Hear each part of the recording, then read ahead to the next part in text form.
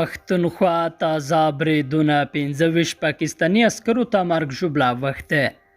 درنو لیدونکو السلام علیکم، ستړي مشه په موکړه تازه میم خبر ته د خیبر پښتونخوا په جنوبي وزیرستان او ټانګ سیمو کې پر پاکستاني عسکرو مرګونی بریدونه شوي دي. پاکستاني چارواکو ویلي چې په دې بریدونو کې د یو افسر په ګډون 15 پاکستاني پوځیان وژل شوي او 10 نور ټپیان شوي دي. د چارواکو په خبره لومړی پیښه د جنوبي وزیرستان د مکین په مندیج سیمه کې شوې ده چې په پایله کې 2 پوځیان وژل شوي او 15 نور ټپیان شوي دي.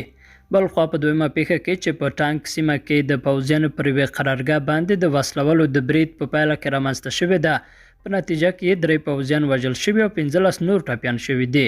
پوځ ویلي چې ټپیان یې روغتون ته لیږدولي او په خبره یې د یو شمېر هغو روغتیایي وضعیت نازک دی. د دوړو بریدونو پړه تحریک طالبان پاکستان پر غاړه اخیستې ده. درنو لیدونکو له ملتیا مو مننه کوم.